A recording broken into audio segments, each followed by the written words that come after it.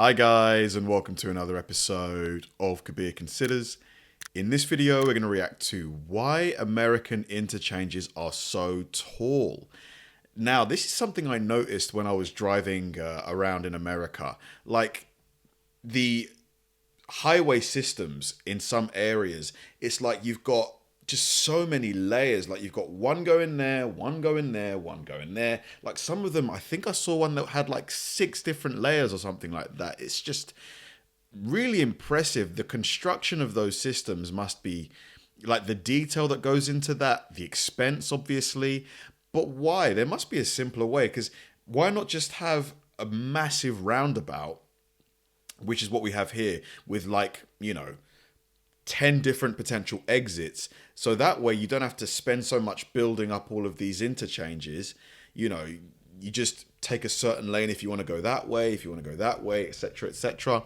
So I wonder why, this system has been chosen as opposed to just a simple roundabout system.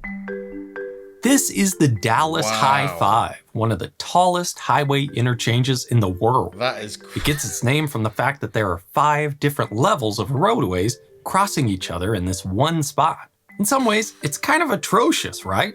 It's this enormous area of land dedicated to a complex spaghetti of concrete and steel, like the worst symbol of our car-obsessed culture. But in another way, it really is an impressive feat of engineering. It's very impressive. I'm in the school of thought of finding it impressive. 37 bridges and more than 700 columns are crammed into this one spot to keep the roughly 500,000 vehicles flowing in every direction each day. They say everything's bigger in Texas, but that's not always true when it comes to engineering projects in the US. The tallest concrete dam is split between Arizona and Nevada. The longest bridge span is in New York. The longest road tunnel is in Alaska, and the longest water tunnel, not only in the US, but the whole world, is the Delaware Aqueduct in New York. The largest hydroelectric plant is the Grand Coulee Dam in Washington, while the largest nuclear plant is in Georgia. But one thing that Texas really does do bigger is highway interchanges. If you've driven from one major Texas highway onto or over another, you may have been astonished to find. But to be fair, are they unique to Texas though? Because I'm sure I saw plenty of those in California as well. Like, I'm sure of it. Find yourself and your vehicle well over 100 feet or 30 meters above the ground. There's no clearinghouse of data for flyover ramp heights as far as I could find. Plus, there's the complexity of what a true height really means, since many interchanges use excavation below grade for the lower level. Still, even the most conservative estimate puts the High Five taller than the Statue of Liberty from her feet to the top of her head. And if you do a little digging, you'll find that many, if not most, of the tallest highway interchanges in the world are right here in the Lone Star State. Let's talk about why. I'm Grady, and this is Practical Engineering. Let's go.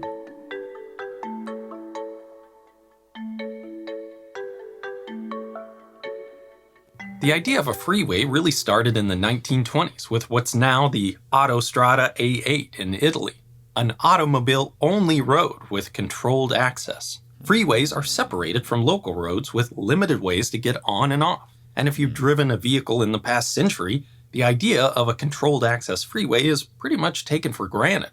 Smooth curves and limited chances to enter or exit mean more speed and more capacity.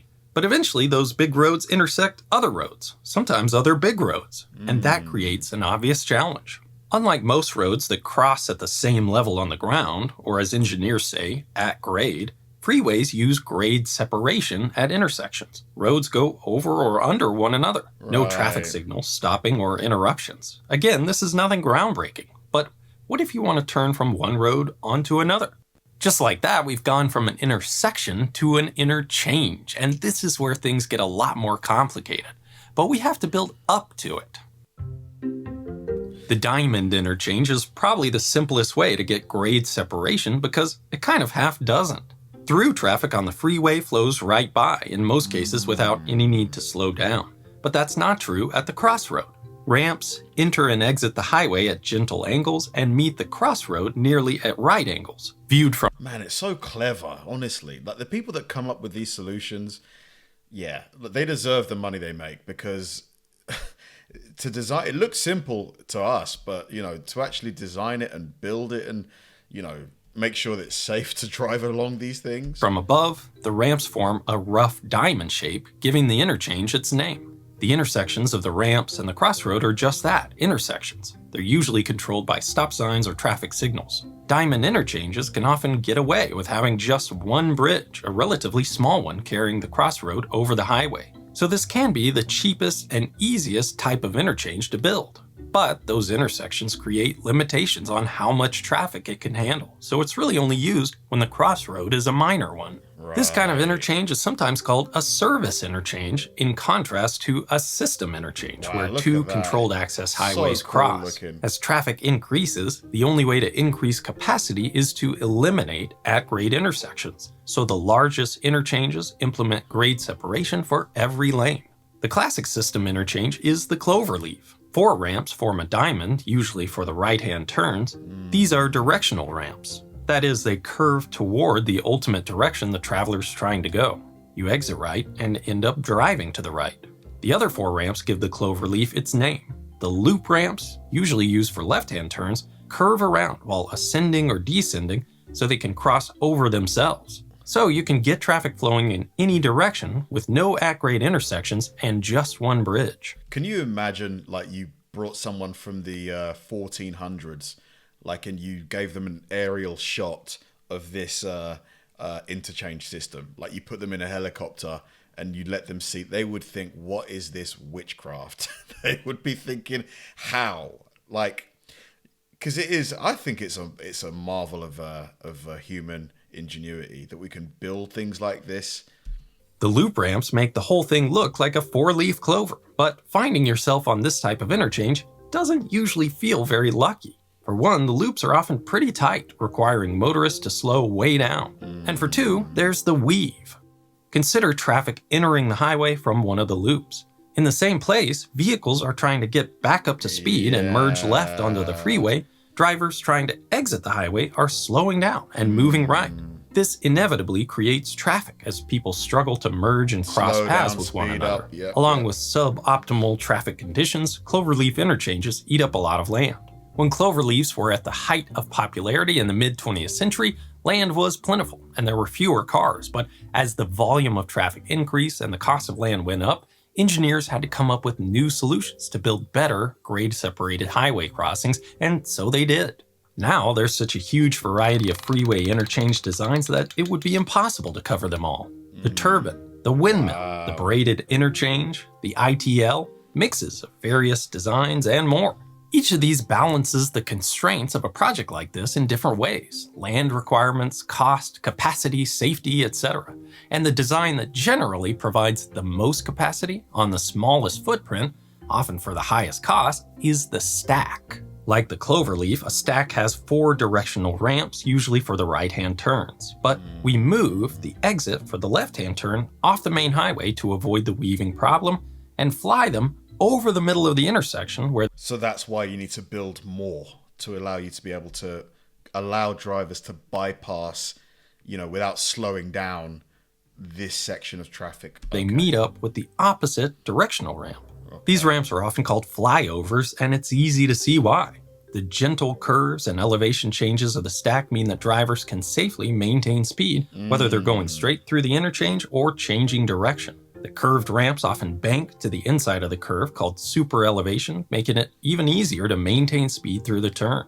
This conventional configuration is called a 4-level stack. There's 1 level for the freeway, another for the crossing freeway to pass over, and 2 levels for the flyovers. It's bridges on bridges, each one providing enough clearance underneath for large trucks. So these upper ramps end up pretty high off the ground. 4-level stacks are actually fairly ubiquitous in the US these days. These are impressive structures in their own right, but Definitely. This is where Texas takes it to another level, literally, and it mostly has to do with feeder or frontage roads. Lots of highways use frontage roads running parallel to connect areas alongside that would otherwise be cut off from the roadway network. They allow businesses to develop right up to and facing the freeway with easy access to those coming on and off it. Yeah, like hotels, restaurants, Basically keeping areas attached to the roadway network. Texas took the idea and ran with it. Apparently, they started as a way to reduce the cost of acquiring land for road projects. If you could promise the landowner access to a new highway along a frontage road, you're making their property more valuable, so they're willing to sell a portion for the highway at a much lower cost. Now, Texas has over 6,400 miles or 10,300 kilometers of frontage roads. That's almost the circumference of the moon, and as far as I can tell, way more than any other state in the US. I won't go into the pros and cons of this approach here. Some research has shown pretty conclusively that the money saved on acquisition costs doesn't really make up for their many disadvantages. But I've heard that driving in Texas, the traffic, obviously it depends, but in the big cities, Houston, Dallas, Austin, it can be brutal at times. So at some point, do you think they're going to need to add another stack on top of the already 6 stacks of interchanges? Or what's the solution? Public transit. I think, high speed rail, giving people another way of getting around would ease the traffic so much better. What would you rather have in America? More, stacks on top of your interchanges, or high speed rail, cheap high speed rail? And Texas has since changed its policy to only include frontage roads on new freeways where necessary and justified. Although from what I can tell from seeing new construction these days, there don't seem to be many projects where they've been left out. And one major effect of putting frontage roads alongside every highway happens at interchanges, because these are more roads that need grade separation from all the others. So at stack interchanges around the state, there aren't just 4 levels, but 5. In fact, this kind of interchange is often referred to as the Texas stack because it's so popular here. In a typical configuration, one freeway goes below grade at the bottom level, the frontage roads sit at grade, the crossing freeway is elevated, then there are 2 layers of flyovers. With a minimum vertical clearance of 16 feet or about 5 meters, plus the thickness of each bridge, vehicles on the highest flyovers are often more than 100 feet or 30 meters above the ground. It's a nice way to get a good look at the city, even if you only get to enjoy the view for a moment. The Dallas High 5 is probably the most famous interchange in Texas with its cool nickname, but it doesn't stand alone. There are quite a few 5-level stacks around the state, and even a couple that qualify as 6-level stacks with flyovers connecting to other highways. My friend Brian, better known as the Texas Highwayman, documents a lot of new construction in Texas, including this replacement of an old cloverleaf crossing with a 5-level stack. Because I've heard so many people are moving into Texas, that's probably a big reason why traffic has gotten worse in the area. Any Texans watching this, have you noticed a sharp increase in traffic over the last, say, 4 or 5 years? San Antonio.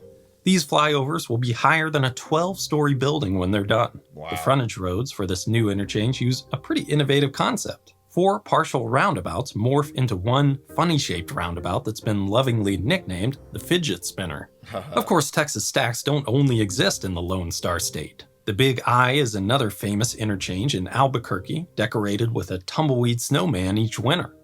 The Judge Harry Pregerson interchange in Los Angeles gets its 5th level, not for frontage roads, but for the high occupancy lane. This might be the one that I drove across. Plus, it has a railroad, which I always appreciate. Not just because I like trains, but also because it's a reminder that these artfully sculpted ribbons of concrete, carefully woven together, represent a tremendous investment of public money, our money, into a way of getting people from A to B that has a lot of downsides.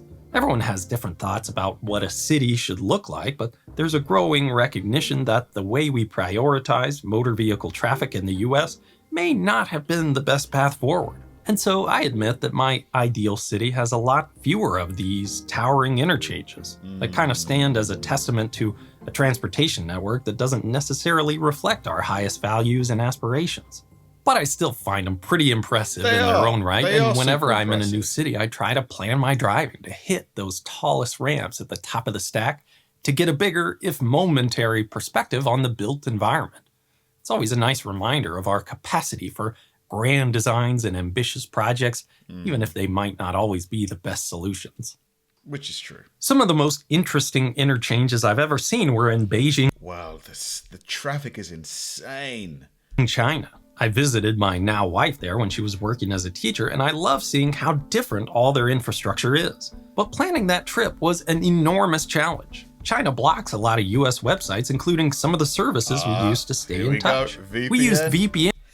I really agree with the narrator's perspective on those interchanges. Like, I think that you can admire something while at the same time recognizing that it might not be. It's the result of prioritization of cars being used as the primary method of moving people around.